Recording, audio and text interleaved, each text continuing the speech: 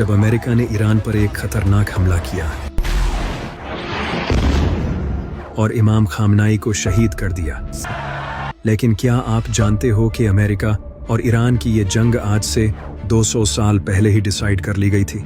और यहाँ तक कि जिस दिन ये अटैक हुआ था, इस दिन का डोनाल्ड ट्रंप से एक खास कनेक्शन है। लेकिन आखिर अमेरिका और ईरान की ये दुश्मनी शुरू कहाँ से हुई, और आखिर क्यों ईरान इमाम मेहदी के लिए इम्पोर्टेंट है?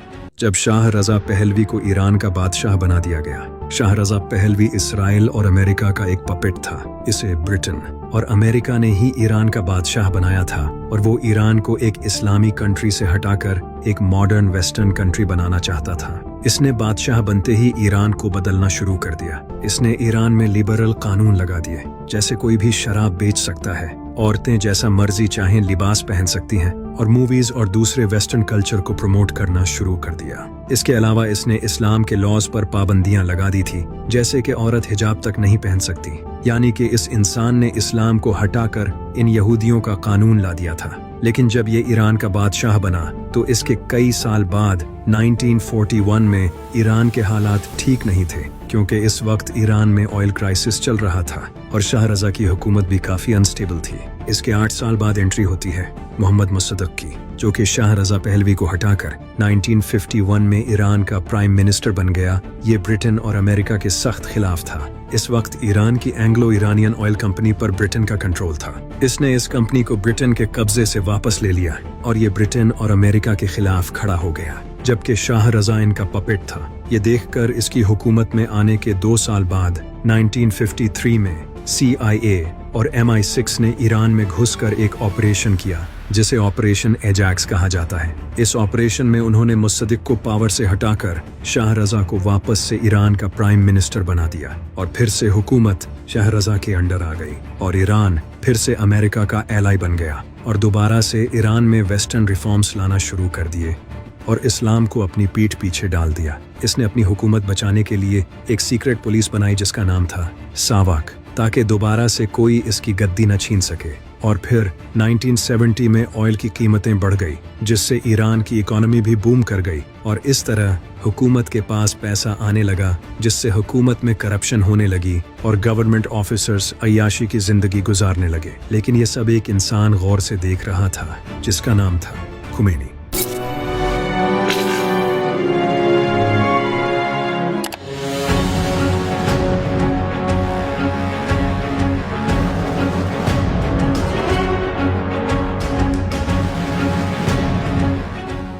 जो कि ईरान के शहर कुम में एक टीचर थे, और उन्होंने अपनी पूरी जिंदगी इस्लाम, फिलॉसफी और तसव्वुफ को सीखने में गुजारी थी।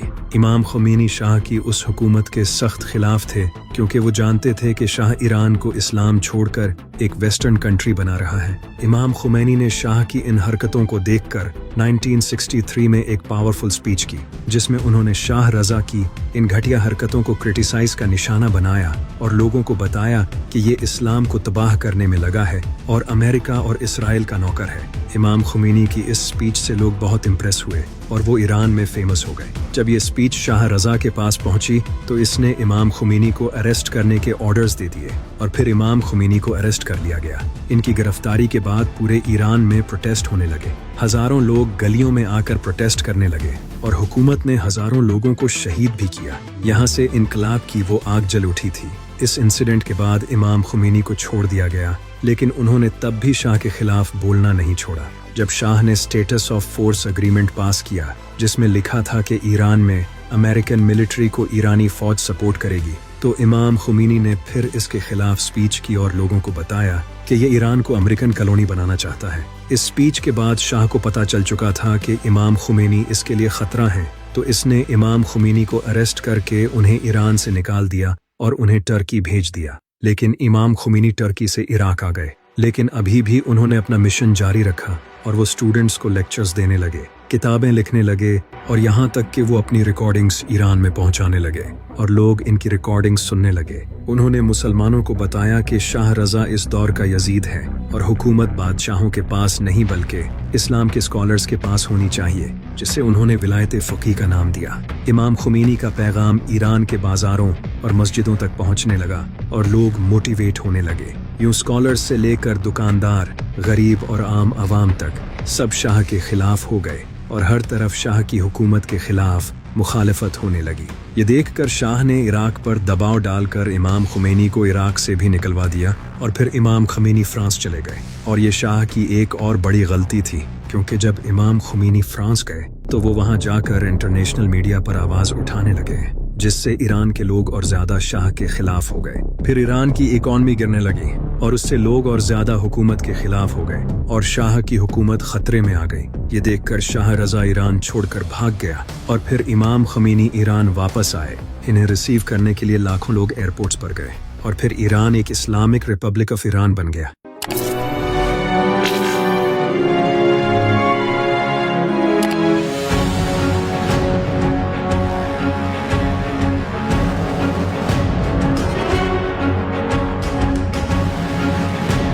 इमाम खुमैनी के पावर में आते ही उन्होंने अमेरिका को शैतान करार दे दिया और ईरान में शराब बेचना हराम कर दिया। इनके इस फतवे के बाद ईरान के लोगों ने खुद अपने हाथों से कई लीटर शराब बहा दी। ये सब देखकर अमेरिका और ईरान के दरमियान टेंशन्स बढ़ गई, क्योंकि अमेरिका कई सालों से शाह को सपोर्ट कर रहा था और इसके जाने के बाद अब ईरान उनके हाथों से निकल चुका था। जब शाह रज़ा ईरान छोड़कर अमेरिका गया तो इससे ईरान के लोगों में गुस्सा और ज्यादा बढ़ गया, क्योंकि इन्हें डर था कि कहीं पहले की तरह अमेरिका शाह को वापस से ईरान का प्राइम मिनिस्टर न बना दे, जैसा कि उन्होंने 1953 में मुसद्दिक के साथ किया था। ईरान के लोग शाह को ईरान के हवाले करने की डिमांड करने लगे। उन्होंने ईरान में अमेरिकन एम्बेसी पर हमला कर दिया और अमेरिकन स्टाफ को पकड़ लिया और इनके बदले अमेरिका से शाह को वापस लौटाने की डिमांड करने लगे। इमाम खुमैनी ने इस एक्शन को सपोर्ट किया और अमेरिका से शाह की डिमांड की, लेकिन अमेरिका ने ऐसा नहीं किया। उल्टा अमेरिका ने ईरान के अमेरिका में मौजूद एसेट्स को फ्रीज कर लिया और इनके साथ अपने सारे डिप्लोमेटिक रिलेशंस तोड़ दिए और ईरान की इकॉनमी कमजोर करने के लिए इन पर सैंक्शंस लगा दिए। लेकिन 1981 में अमेरिका और ईरान के दरमियान नेगोशिएशंस हुए और ईरान पर से सैंक्शंस हटा दिए और ईरान ने वो हॉस्टेजेस रिलीज कर दिए। लेकिन इस सब से ईरान और अमेरिका के दरमियान दुश्मनी कायम हो गई थी। लेकिन ईरान के आसपास के कंट्रीज जैसे इराक, सऊदी अरब, कुवैत और दुबई, इन सब कंट्रीज के लीडर्स को अपनी हुकूमत खतरे में नजर आने लगी, क्योंकि इन्हें खतरा था कि कहीं ईरान की तरह इनके लोग भी इनके खिलाफ खड़े न हो जाएं। इन्हीं में से एक इंसान था जिसका नाम था सदाम हुसैन, जो कि इराक का लीडर था। इसे भी अपनी हुकूमत खतरे में नजर आने लगी, क्योंकि इराक की मेजॉरिटी पॉपुलेशन शिया थी और सदाम हुसैन की हुकूमत एक सुन्नी हुकूमत थी।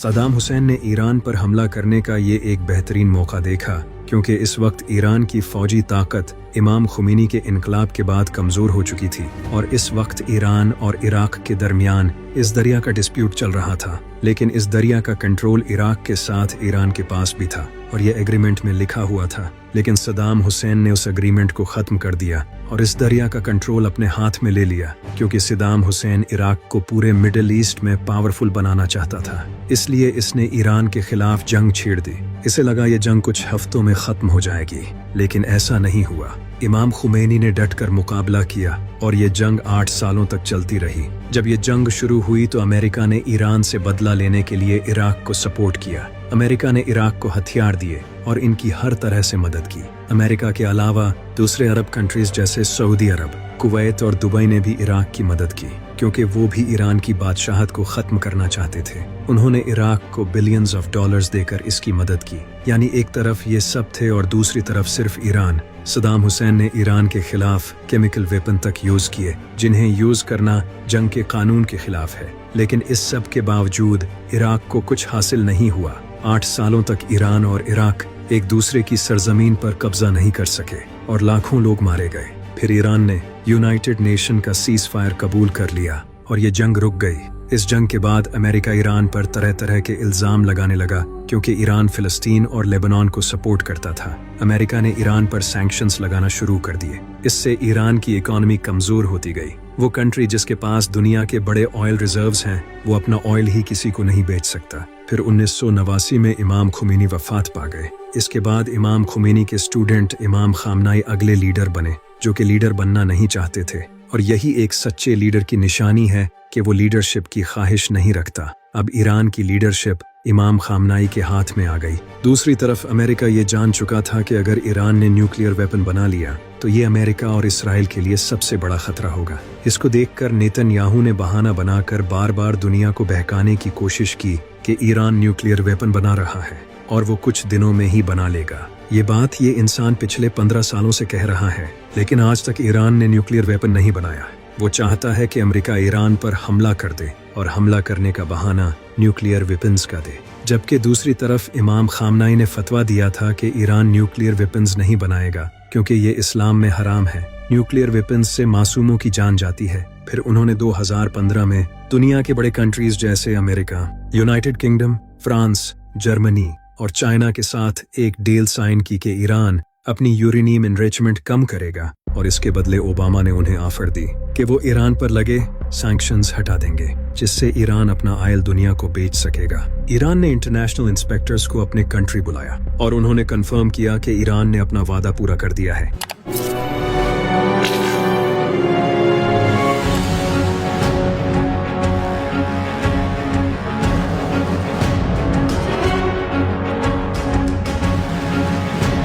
लेकिन 2018 में ट्रंप अमेरिका का प्रेसिडेंट बना और इसने इस एग्रीमेंट को ही खत्म कर दिया और फिर से ईरान पर और ज्यादा हैवी सैंक्शंस लगा दिए, क्योंकि ये यहूदी चाहते ही नहीं कि ईरान पर सैंक्शंस हटे।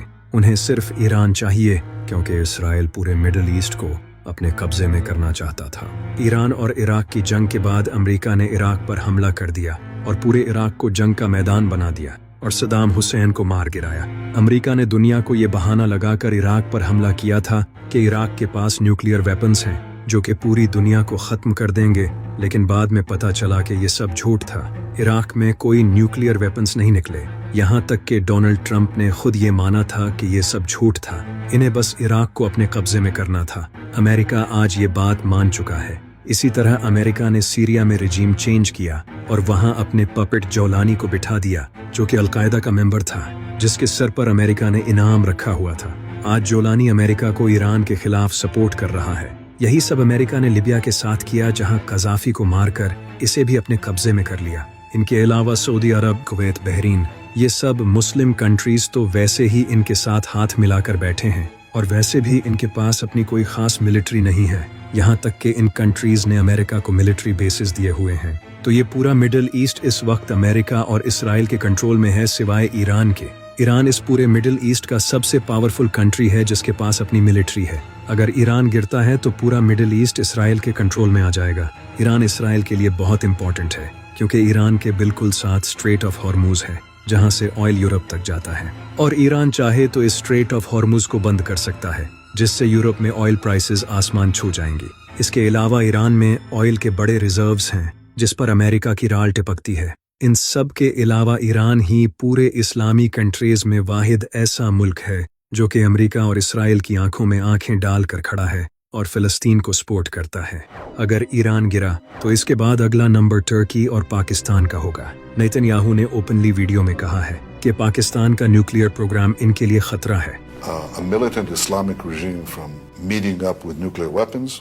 The first is called Iran, the second is called Pakistan. और पाकिस्तान के डिफेंस मिनिस्टर इसहाक डार ने खुद ये कहा है, इनका जवाब पत्थर से देंगे इंशाअल्लाह, क्योंकि ईरान के बिल्कुल साथ पाकिस्तान है। पाकिस्तान के साथ अगला नंबर टर्की का है और ये बात टर्की अच्छी तरह जानता है। इनफैक्ट टर्की ही ने ईरान को इस हमले की खबर दी थी और वो नहीं चाहता कि ईरान इसराइल के कब्जे में आए, क्योंकि उसके बाद अगला नंबर उनका होगा। नबी सल्लल्लाहु अलैहि वसल्लम की हदीस है जिससे पता चलता है कि इमाम मेहदी के ज़ुहूर से पहले कॉन्स्टेंटिनोपल मुसलमानों के हाथों से चला जाएगा, जो कि आज टर्की का शहर इस्तांबुल है। और ये बात टर्की भी अच्छी तरह जानता है, क्योंकि इसराइल के former prime minister Naftali Bennett ने खुद ये कहा है, A new Turkish threat is emerging. I want to be very clear. Turkey and Qatar have gained influence in Syria, and from here I warn, Turkey is the new Iran. और Turkey के साथ उन्होंने Qatar का भी नाम लिया है। इसीलिए टर्की नहीं चाहता कि इसराइल ईरान को फतह करे। टर्की के बाद अगला नंबर पाकिस्तान का है। रिसेंटली मोदी ने ईरान पर हमले के 2 दिन पहले इसराइल को विजिट किया था, जिसके 2 दिन बाद ईरान पर हमला हुआ। अब आपको ये भी समझ आ रहा होगा कि गज़वा हिंद क्यों होगा, क्योंकि इंडिया इसराइल के साथ मिला हुआ है اور انہوں نے پاکستان کے خلاف پہلے ہی سازشیں شروع کر دی ہیں. جیسے ریسنٹلی جیو نیوز کے چینل کو ہیک کر کے ان پر پرو موساد میسیجز شو کیے جا رہے ہیں جن میں پاکستان کی عوام کو فوج کے خلاف بھڑکایا جا رہا ہے کیونکہ یہ پاکستان کو ویسے تو ڈیفیٹ نہیں کر سکتے تو وہ پاکستان کے اندر ہی سول وار شروع کرنا چاہتے ہیں. پاکستان کے DGI SPR کو بھی یہ بات اچھی طرح پتا ہے. ریسنٹلی انہوں نے بھی اس کو ایڈریس کیا ہے. In the military, that Pakistan can become the next target. Absolutely no concern. اور یہ سب پہلے ہی سے پلانڈ ہے. 1801 میں امریکہ میں ایک انسان پیدا ہوا جس کا نام تھا ایلبرٹ پائک جو کہ ایک فری میسن تھا. فری میسن وہ لوگ ہیں جو کہ شیطان کی عبادت کرتے ہیں. یہ انسان شیطان کی عبادت کرتا تھا اور اس نے اس سب کا ذکر اپنی کتابوں میں کیا تھا. ایلبرٹ پائک نے ایک لیٹر لکھا اور اس لیٹر میں اس نے 3 ورلڈ وارز کو پریڈکٹ کیا. اس نے بتایا کہ سب سے پہلی ورلڈ وار رشین سار کو اوور تھرو کرنے کے لیے کی جائے گی جس سے رشیا میں کمیونزم آئے گا اور ایگزیکٹلی ایسا ہی ہوا. اس لیٹر کے لکھنے کے 44 سال بعد ورلڈ وار 1 ہوئی.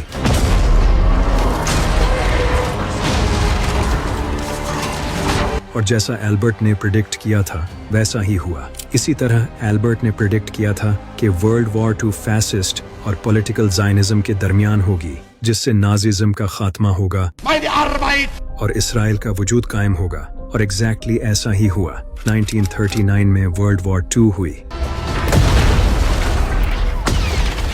اور اس میں نازیزم کا خاتمہ ہوا اور اس کے بعد اسرائیل کا وجود قائم ہوا.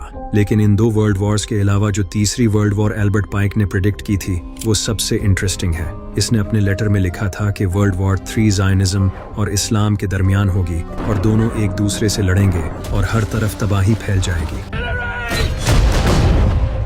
جس سے انسانیت ایک ایسے موڑ پر آ جائے گی کہ وہ اس جنگ کو روکنے کے لیے منتیں کرے گی اور پھر یہیں سے شیطان کے مذہب کا آغاز ہوگا. ان سب میں انٹرسٹنگ بات یہ ہے کہ جیسا ایلبرٹ پائک نے پریڈکٹ کیا تھا ویسا ہی ہوا. ورلڈ وار 1 اور 2 دونوں اس کے ایگزیکٹ اکارڈنگ ہوئی جیسے وہ پہلے ہی یہ سب اپنی آنکھوں سے دیکھ چکا تھا. اور ورلڈ وار 3 کے بارے میں جو اس نے لکھا تھا وہ بالکل ویسے ہی ہو رہا ہے. آج زائنسٹ یعنی کہ یہ یہودی اور مسلمان ہی ایک دوسرے سے لڑ رہے ہیں. ایسا لگتا ہے جیسے یہ لوگ یہ سب پچھلے 200 سال سے پلان کر کے بیٹھے تھے. یہاں تک کہ ڈیٹس سے لے کر ٹائم تک سب پہلے سے پلانڈ ہے کیونکہ 3 مارچ کو رمضان کے مہینے میں ایک گرہن ہوگا اور یہ ایران پر اٹیک سے کنیکٹڈ ہے. ایک بار اس پکچر کو دیکھو. یہ پکچر امریکہ کے corporate headquarters of bank میں لگی ہوئی تھی. اس پکچر میں آپ ایک لڑکے کو دیکھ رہے ہو جو کہ ڈونلڈ ٹرمپ جیسا ہے اور وہ ایک چیک فلور پر کھڑا ہے اور اس کے پیچھے کچھ پیرامڈز ہیں اور ان کے اوپر گرہن ہو رہا ہے. جب امریکہ نے ایران پر حملہ کیا تھا The United States military began major combat operations in Iran. تو حملے کے ایگزیکٹ 3 دن بعد گرہن ہوا تھا جسے بلڈ مون کہا جاتا ہے جو کہ اس سال کے تیسرے مہینے کی 3 تاریخ کو 3 بجے ہوا تھا اور اس ڈیٹ سے سال کے اینڈ تک ٹوٹل 303 دن بنتے ہیں. اور کمال کی بات یہ ہے کہ ٹرمپ بھی بلڈ مون کے دن ہی پیدا ہوا تھا. اب آپ کہو گے کہ اس میں خاص بات کیا ہے؟ خاص بات ہے اور وہ یہ نمبر ہے 33 کیونکہ یہ نمبر فری میسن ریلیجن میں بہت امپورٹنٹ ہے. یہ نمبر اس مذہب کے سب سے پاورفل انسان کو دیا جاتا ہے اور یہی نمبر ایلبرٹ پائک کے کپڑوں پر بھی لکھا تھا. اب ذرا سوچو اس سال کے تیسرے مہینے کی 3 تاریخ کو 3 بجے بلڈ مون ہوتا ہے اور جب ڈونلڈ ٹرمپ پیدا ہوا تھا اس دن بھی یہ بلڈ مون ہوا تھا. کیا یہ صرف ایک اتفاق ہے یا پھر یہ ان کے لیے ایک امپورٹنٹ دن ہے اور یہ اٹیک پوری پلاننگ کے ساتھ کیا گیا ہے؟ ان سب کے علاوہ ایک بات سب سے زیادہ امپورٹنٹ ہے اور وہ یہ کہ ٹرمپ امریکہ کی 132 سال کی ہسٹری کا پہلا ایسا پریزیڈنٹ ہے جو کہ دوسری بار امریکہ کا پریزیڈنٹ بنا ہے. آخر اسے کیوں دوبارہ سے پریزیڈنٹ بنایا گیا؟ کیونکہ ٹرمپ امریکہ کا 47واں پریزیڈنٹ ہے اور ایران میں اسلامی ریولوشن آئے ہوئے بھی 47 سال ہو چکے ہیں. یہ جو نمبر 47 ہے یہ فری میسن میں نیو ورلڈ آرڈر کو ریفر کرتا ہے اور یہی وہ انسان ہے جو کہ ان زائنسٹ یہودیوں کے پلانز کو سب سے اچھے سے امپلیمنٹ کر رہا ہے اور یہ ایک فری میسن ہے اور شیطان کی عبادت کرتا ہے. اس پکچر میں آپ جو اس چیک فلور کو دیکھ رہے ہو یہی چیک فلور ایپسٹین فائلز میں بھی نظر آیا ہے جس کے اوپر یہ لوگ شیطان کی عبادت کرتے ہیں اور سیکریفائس کرتے ہیں. یہ سب ایک اتفاق تو کبھی نہیں ہو سکتا. اب آپ یہ سوچ رہے ہوں گے کہ ان نمبرز میں ایسا کیا خاص ہے؟ یہ ایک کوئنسیڈنس بھی تو ہو سکتا ہے جبکہ ایسا بالکل نہیں ہے کیونکہ ہمارا پورا یونیورس میتھمیٹکس کے تھرو بات کرتا ہے. یہ پورا یونیورس میتھمیٹکس میں کوڈڈ ہے. गलीलियो ने कहा था कि मैथ इस यूनिवर्स की जुबान है और ये कई बड़े साइंटिस्ट और फिलोसोफर मानते हैं। इसीलिए ये नंबर्स रैंडम नंबर्स नहीं हैं, क्योंकि शैतान इस तरह की डेट्स और ग्रहण के दिनों में अपने खास काम करते हैं। और ये 2026 का कैलेंडर एग्जैक्टली वैसा ही है जैसा कि 1914 का कैलेंडर था। और आपको पता है कि 1914 में क्या हुआ था? World war 1। तो ये अटैक कोई आम अटैक नहीं है, ये इस दुनिया के ऑर्डर को चेंज करेगा और ईरान की ये जंग दुनिया के फ्यूचर को बदल देगी। क्योंकि जब अमेरिका ने ईरान पर हमला किया था तो इसके बाद से ईरान ने इनका मुंह तोड़ जवाब दिया और पूरे मिडिल ईस्ट में अमेरिका के बेसिस डिस्ट्रॉय कर दिए और अब अमेरिका को यूरोप से मदद मांगनी पड़ रही है। ये सब देखकर पूरी दुनिया जान चुकी है कि अमेरिका कोई इतनी बड़ी पावर भी नहीं है। अब तो मिडिल ईस्टर्न कंट्रीज सब अमेरिका से अपनी इन्वेस्टमेंट निकालने तक का सोच रहे हैं। ईरान ने स्ट्रेट ऑफ हॉर्मुज बंद कर दिया है जिससे दुनिया का 20% ऑयल आता है। लेकिन इस जंग में शायद अब मस्जिद अक्सा शहीद हो जाए, क्योंकि मस्जिद अक्सा के नीचे टनल्स खोदकर इसकी बेस को इतना वीक कर दिया गया है कि अब ये एक नॉर्मल मिसाइल से भी गिर सकती है। और इसराइल शायद अब यही करेगा, वो खुद मस्जिद पर अटैक करके ईरान पर डाल देगा। और ये इनके रहबाए ने खुद कहा है, जो कि इसराइल के प्लान्स को ओपनली डिस्कस करता है। We don't know, maybe one of the missiles will hit the mosque and clear the place for the third Bet HaMikdash. सिर्फ यही नहीं, अमेरिका के सेक्रेटरी ऑफ वॉर ने भी ये कहा है। And there's no reason why the miracle of the reestablishment of the temple on the Temple Mount is not possible. और ये अब शायद ऐसा ही करेंगे, क्योंकि मस्जिद अक्सा के नीचे कई टनल्स हैं जो कि ये यहूदी कई सालों से बना रहे हैं, जिससे शायद वो इसे गिराएंगे। इसीलिए ये वॉर इनके लिए बहुत इंपॉर्टेंट है। ये जंग ईरान के खिलाफ नहीं है बल्कि पूरे इस्लाम के खिलाफ है, और ये बात अमेरिका के सेक्रेटरी ऑफ डिफेंस ने खुद बोली है। Crazy regimes like Iran hell-bent on prophetic Islamist delusions. और ये वही इंसान है जिसके जिस्म पर काफिर का टैटू है, और आप अच्छे से जानते हो कि काफिर किसके माथे पर लिखा होगा। ये खुद दज्जाल का सबसे बड़ा सपोर्टर है। और ये जंग सिर्फ मुसलमान और यहूदियों के बीच ही नहीं है, बल्कि इसमें क्रिश्चियंस भी शामिल हैं, क्योंकि बाइबल में लिखा है कि क़यामत से पहले एक जंग होगी जिसे बैटल ऑफ अर्मगेडन कहा जाता है, जो कि जीसस और शैतानी ताकतों के बीच होगी। और इस जंग में जीसस एक बड़ी आर्मी के साथ एंटी क्राइस्ट के साथ लड़ेंगे, जिसे इस्लाम में दज्जाल कहा जाता है। इसीलिए क्रिश्चियंस चाहते हैं कि यहूदियों का थर्ड टेम्पल बने और दज्जाल इस दुनिया में आए ताकि हजरत ईसा अलैहिस्सलाम भी इस दुनिया में आ सकें। इसीलिए आज क्रिश्चियंस इन यहूदियों के साथ खड़े हैं। आप जानकर हैरान हो जाओगे कि अमेरिका अपने सोल्जर्स को ये कह रहा है कि इनकी ये ईरान के साथ जंग एक गॉड प्लान है, यानी कि वो ओपनली ये कह रहे हैं कि ये जंग एक मजहबी जंग है, और ट्रंप ये बात मानता है। रिसेंटली आप इसे क्रिश्चियंस के साथ दुआ करते देख सकते हो। तो ये जंग क्रिश्चियंस के लिए भी बहुत इंपॉर्टेंट है। इसीलिए ईरान आज तस्बीह का वो धागा है जो अगर टूट गया तो पूरी तस्बीह बिखर जाएगी।